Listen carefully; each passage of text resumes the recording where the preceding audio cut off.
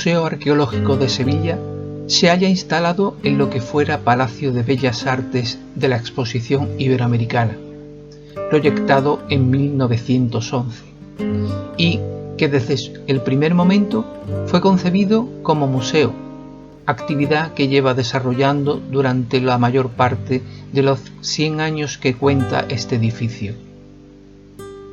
Cerrado el museo al público en enero de 2020, el edificio se está sometiendo a un profundo proyecto de reforma, de la mano de Guillermo Vázquez Consuegra, para la renovación del discurso museográfico y la rehabilitación del edificio, tras un siglo de uso.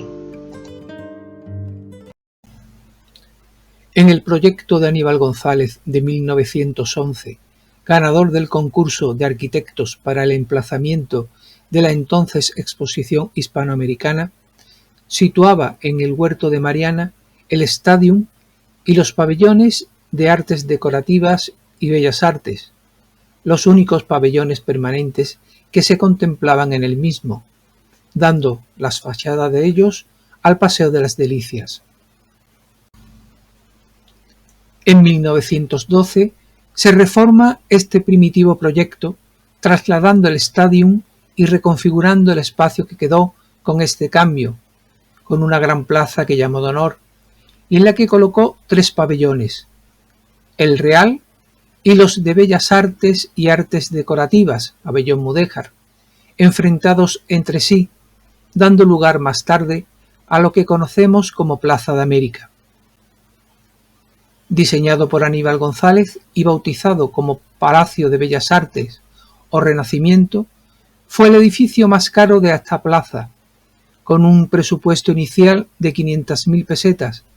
sobrepasando ampliamente el presupuesto del pabellón mudéjar, que, cuando se sacó la obra a concurso, se elevó a casi 750.000 pesetas, y que, al final, prácticamente duplicaría esta cantidad, cuando se finalizaron las obras 7 años más tarde, en 1919. Desde el primer momento se decidió que la futura utilización del mismo tuviera funciones museísticas. Por ello su autor estudió los principales museos de Europa antes de disponer del espacio, procurando 2 objetivos. Por una parte, la buena circulación de los visitantes por las salas, instalando numerosas de ellas de reducido tamaño, y la mínima ornamentación, con la utilización de paramentos lisos de colores neutros. Y por otra, la iluminación cenital indirecta, mediante la instalación de claraboyas y cubiertas de cristal. Iniciada su construcción en 1912, el arquitecto estructura el edificio con un bloque longitudinal, atravesado por 5 cuerpos, tomando como muestra el Palacio Salmantino de Monterrey, así como las universidades de Salamanca y Alcalá, con sus patios de columna sacados al exterior por las galerías porticadas, con un aspecto intencionadamente sobrio. El edificio se diseñó con 2 plantas, actualmente el interior dispone de 3. La planta sótano se creó con funciones de aislar de la humedad el piso expositivo y servir para ocultar las canalizaciones de servicios, como agua, electricidad, etc., elevándolo 3 metros sobre el rasante de la plaza, ocupando una superficie de 3.150 metros cuadrados. Las obras sufrieron grandes retrasos por problemas económicos, pues cuando la empresa se comprometió a la construcción, no sabía las dificultades que conllevaba el vaciado de los motivos ornamentales en piedra artificial, rescindiéndole el contrato en 1915, adjudicándose más tarde a otra constructora, concluyéndose estas en 1919, no habiéndose finalizado las obras cuando se inauguró la Plaza de América. El estilo neoplateresco envuelve todo el edificio, tanto en su fachada como en sus interiores. La imponente fachada culmina con un bello frontón que es acompañado de una delicada crestería que recorre toda la cubierta del edificio. El acceso principal se diseñó como una portada monumental de casi 8 metros de altura por 4,5 de ancho. Este estaba precedido por una amplia escalinata. Tras el pórtico, cerrado con rejas, nos introducimos en un pequeño vestíbulo donde nos encontramos con la monumental puerta de caoba de su entrada principal, tallada con temas alegóricos en relieve. Franqueada la imponente puerta, nos hallamos ante el salón elíptico, llamado así por la forma de este, teniendo 23 metros en su eje mayor y 14 en el menor, con una altura de 13,5 metros, estando cubierto por una magnífica vidriera con la forma del salón, e instalándose 4 hornacinas en sus ángulos, aprovechando el grueso de la unión de los muros. A ambos lados del salón elíptico se desarrollaba el resto del edificio, comunicándose con grupos de salas de mayores dimensiones con otras más pequeñas, todas ellas muy poco decoradas, para no distraer la atención sobre las obras expuestas, con haces de luces indirectas y cenitales, algo que hoy en día es normal en los edificios para estos usos, pero una novedad entonces, cuyas claraboyas fueron realizadas por la prestigiosa casa Hermanos Maumejean. El sistema de iluminación fue un problema para el mantenimiento, por las inevitables goteras, así como, debido al clima extremo sevillano en verano, las altas temperaturas que se tenía que soportar en las salas, hasta la instalación del sistema de aire acondicionado. Para la decoración y ornamentación del edificio, en estilo renacentista español, se realizaron relieves en los frisos de los pórticos del edificio, con medallones con retratos de artistas españoles, como Murillo, Velázquez, Juan de Herrera, Pedro Millán, Cervantes, Juan de Arfe, etc., de piedra artificial, cuyos moldes en yeso diseñó Aníbal González, así como modelos de escudos, capiteles y frisos. Para esta labor, el autor contó con la colaboración inestimable de su hermano Cayetano González, del pintor Manuel de la Cuesta y del escultor Antonio Bidón, siendo el proyecto ejecutado prácticamente sin modificaciones esenciales, salvo la eliminación de las puertas situadas en los extremos del edificio, que pasaron a ser galerías abiertas, siendo estas balconadas uno de los espacios más bellos del exterior del pabellón. En el exterior se hallan múltiples elementos escultóricos decorativos, para lo cual se convocó un concurso nacional que ganó en 1913 Lorenzo Collao Valera, que estaba asociado con Manuel Delgado Brackenbury, por 42.000 pesetas. Este consistía en la realización de 8 estatuas de 2,5 metros de altura para las hornacinas exteriores de los muros, que representaban distintas artes como la arquitectura, la pintura, la escultura, la música y la literatura, etc., así como la realización de 4 figuras infantiles y escudos sostenidos por leones y dragones para el remate de las 4 esquinas, además de 4 grandes grupos escultóricos alegóricos de 3 metros de alto por 2 de ancho, sobre el arte, la ciencia, el trabajo y el genio, para las 4 hornacinas del salón elíptico, y que sin embargo, al final, estas fueron instaladas en la glorieta de Covadonga. El pabellón es una muestra del eclecticismo de Aníbal González, obsesionado con renovar la arquitectura sevillana, siendo uno de los edificios más impresionantes del siglo XX en Sevilla, que es además un museo en sí mismo, con múltiples esculturas, artesonados, mármoles, etc., alejado del neomudéjar y el ladrillo que tan característica hacen la obra de este arquitecto. Más de 1.300 obras se exhibieron en las salas durante la exposición, las cuales eran cesiones gratuitas de instituciones y particulares, de procedencia muy variada, pero sobre todo de iglesias de Andalucía y Extremadura,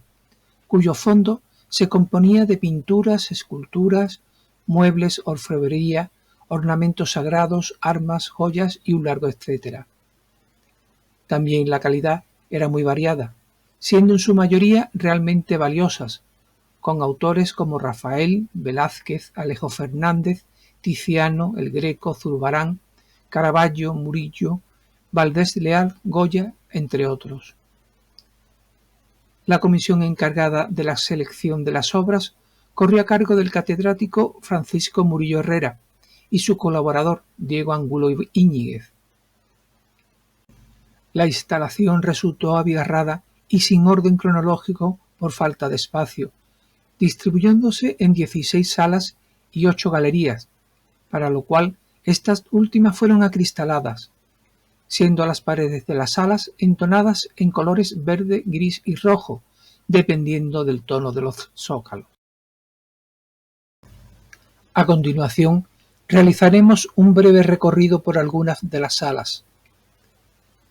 Empezaremos por la sala elíptica, la de mayores proporciones de todas.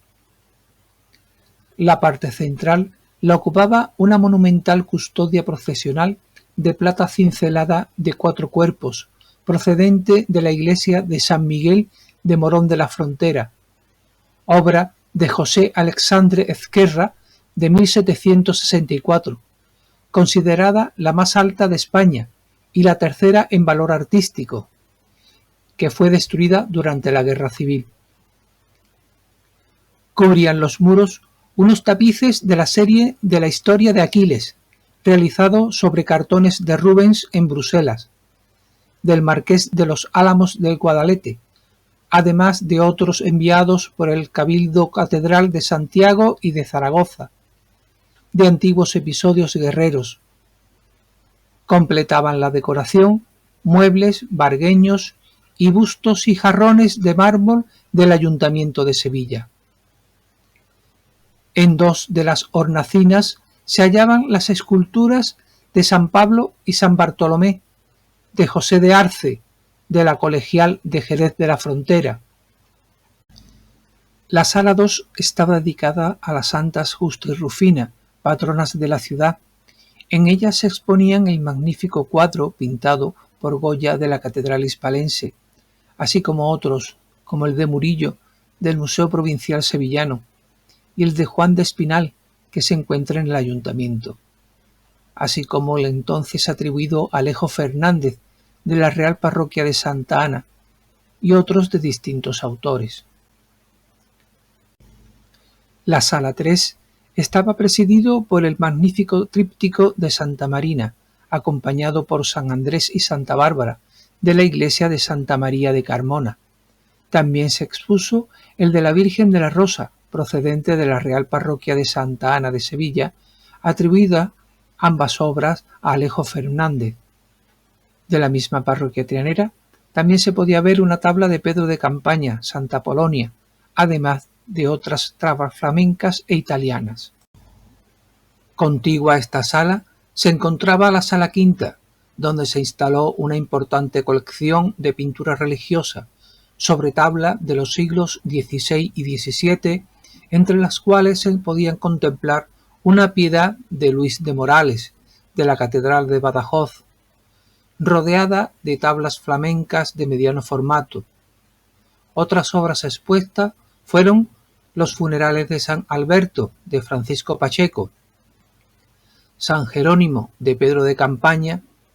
y un San Jorge atribuido a Hernando de Esturmio, sobre tabla del siglo XVI de la iglesia de San Juan de la Palma. Y en el centro la Virgen de la Granada,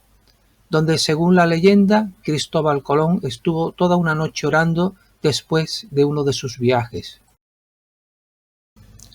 Hubo una sala dedicada a Francisco de Goya en su faceta como retratista, donde se exhibió la Anunciación, cedida por la Casa Ducal de Osuna.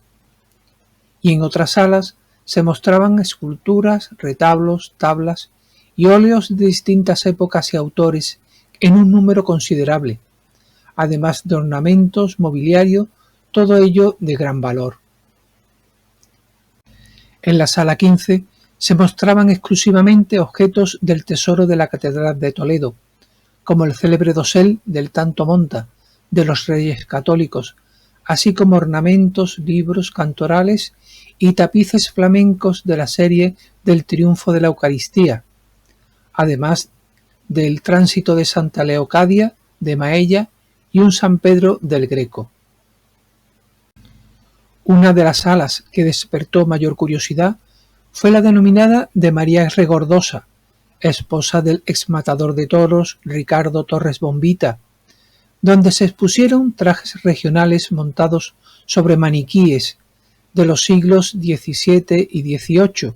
de payesa, charra, segoviana, etc., además de joyas situadas en vitrinas desde la época fenicia hasta el siglo XIX, y una colección de abanicos con piezas de Luis XIII a Luis XVI, del Primer Imperio, isabelinos, etc., y de todo tipo de varillajes, en madera, metal, marfil, entre otros. De sus paredes colgaban tapices flamencos del siglo XVII que representaban pasajes de la vida de un personaje romano, basados en cartones creados por Rubens. En el catálogo del pabellón también se enumeraba un gran número de objetos antiguos que se expusieron en las diferentes salas, como mobiliario, camafeos, ágatas y joyas, telas, ornamentación, puertas talladas y una gran variedad de objetos de culto. Una vez clausurada la muestra, el edificio quedó sin finalidad alguna, a pesar que desde 1924 el comité había empezado a gestionar con el Ministerio de Instrucción Pública el traslado del Museo Arqueológico Provincial desde el Convento de la Merced, pero la dirección del museo consideró que era más apropiado mantener este y el de Bellas Artes situados en el mismo edificio. En 1931 se proyecta unificar los museos arqueológicos provincial y de la ciudad, siendo entonces favorable la dirección a dicho traslado, debido a la falta de espacio, pero debido a las obras necesarias para su adaptación no se produjo dicho traslado. Durante los años de la Guerra Civil sirvió como hospital para soldados italianos y pasada esta, el edificio quedó nuevamente sin actividad, hasta que el 31 de diciembre de 1941 el alcalde de Sevilla, Miguel Ibarra, lo cedió al Ministerio de Educación Nacional con la finalidad de instalar en él el Museo Arqueológico Provincial, comenzando poco después las obras de adecuación para museo, siendo inaugurado por el general Franco el 25 de mayo de 1946, continuando como tal con las diferentes actuaciones para adecuarlo a los nuevos conceptos museísticos. Cerrado desde enero de 2020 para la reforma completa del edificio y la renovación del discurso museográfico, el proyecto contempla abrir el salón elíptico como recibidor y colocar ascensores y pasarelas acristaladas en la fachada posterior. El coste final del proyecto es de 20 millones de euros, estando prevista la finalización de las obras y su reapertura en 2025.